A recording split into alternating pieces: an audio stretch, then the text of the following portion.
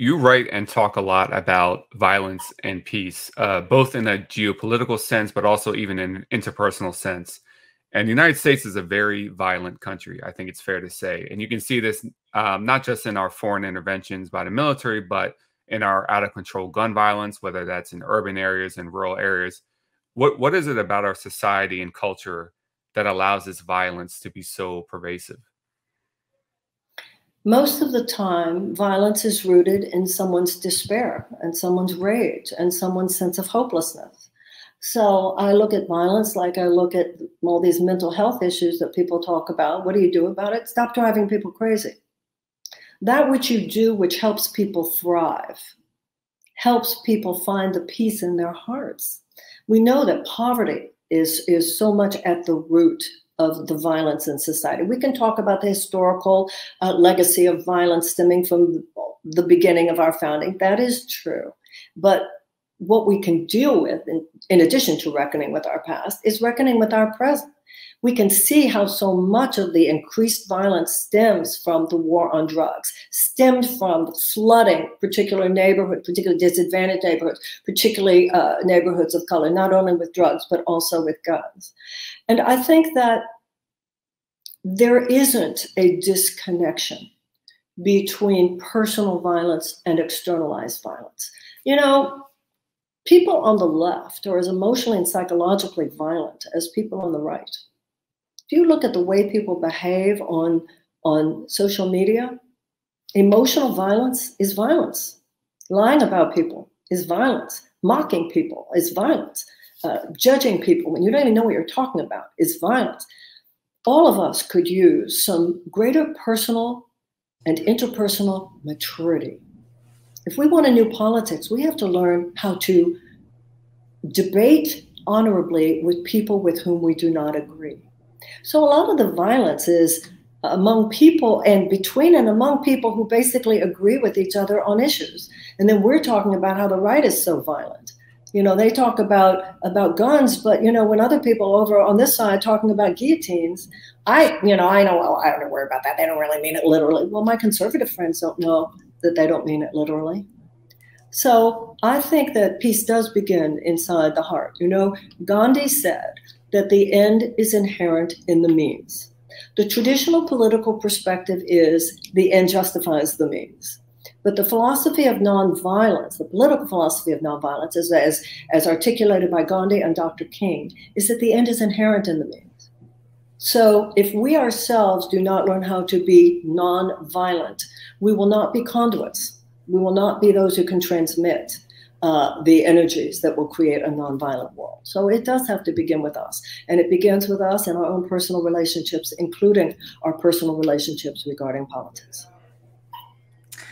So, you know, you had mentioned social media, and something I really wanted to ask you was, you know, obviously you are a national figure, you're a best-selling author, you have almost 100K subscribers on YouTube, I believe, and of course you've just launched, or you have been the host of your own podcast.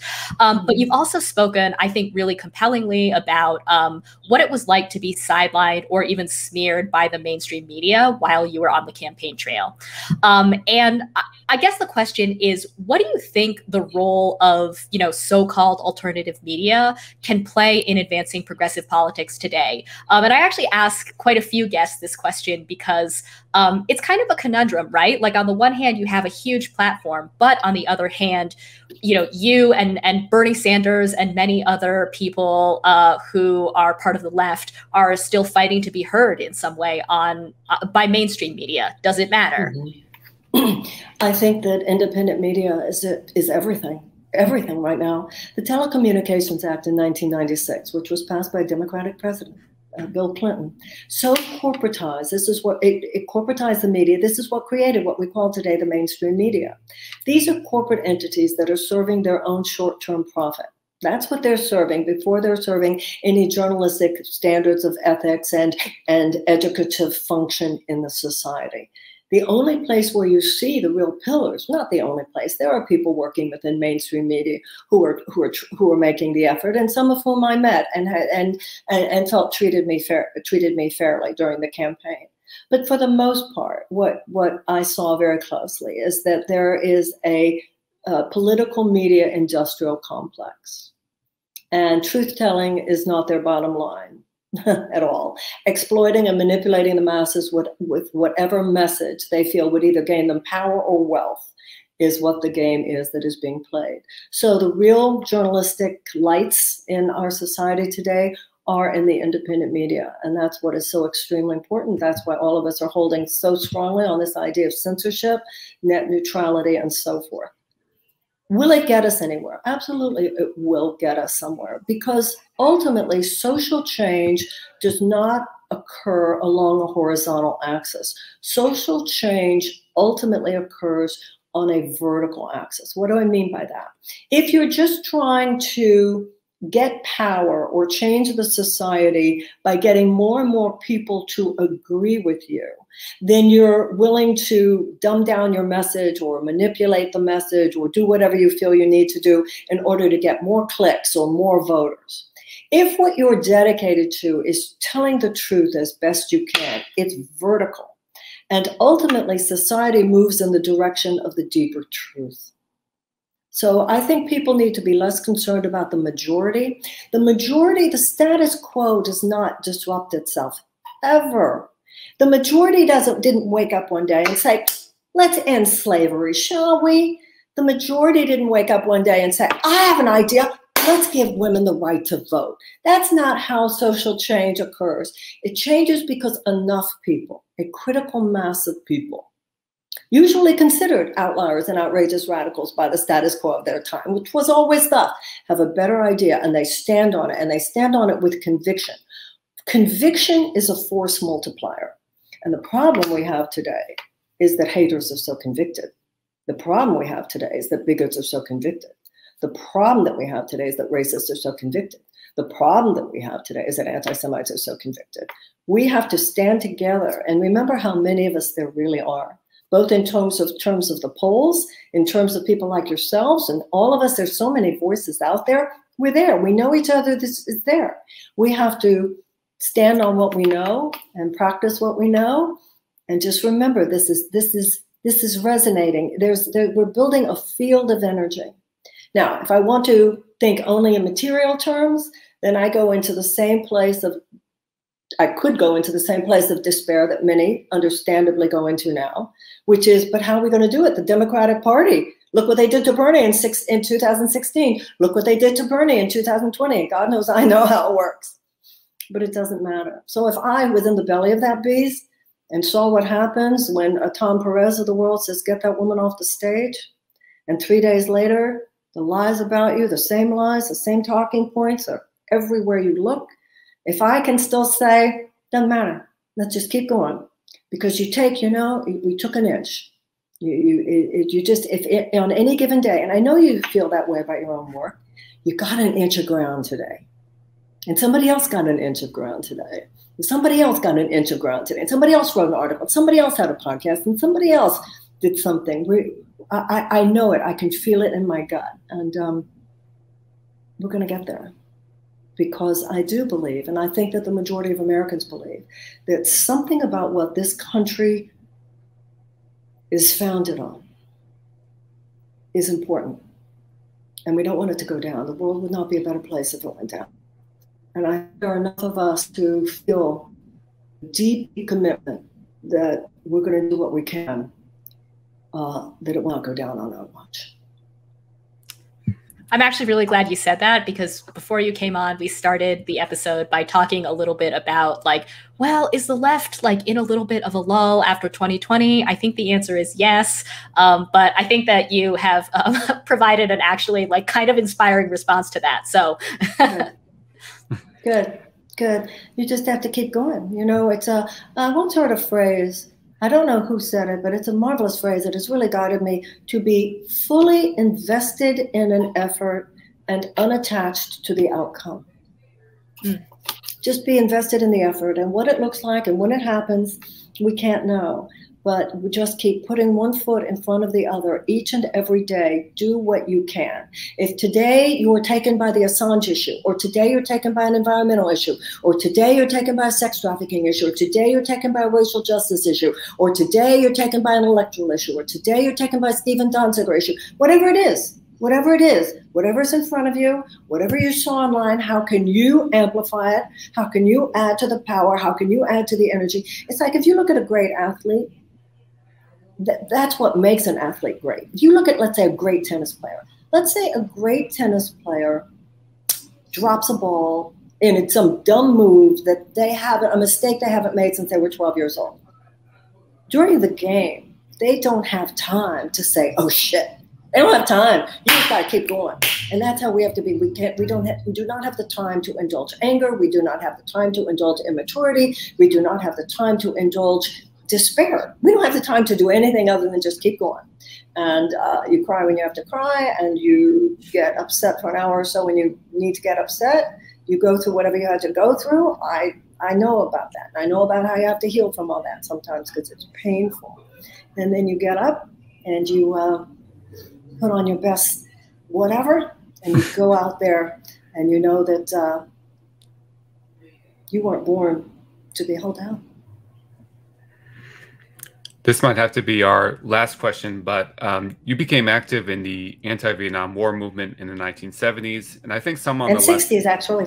60s and 70s, and I think some on the left sometimes might romanticize the movements of the 60s and 70s a little bit, and not totally without reason. But how would you kind of assess the strengths and weaknesses of the social movements of that era? And I kind of look at that as the last era, you know, the last real American left with size and influence before what's growing today. You know, how would you assess those movements as compared to what's been bubbling up today? In what way do you feel it's been over-romanticized or romanticized at all? Well, I think sometimes in popular culture and movies, like the story that's told is, as always with popular culture, not really as much depth as what really took place. Or I think there's a lot of times a romanticization of what happened and then leaving out then what happened afterwards, you know, and then how are we in this current place from that, you know?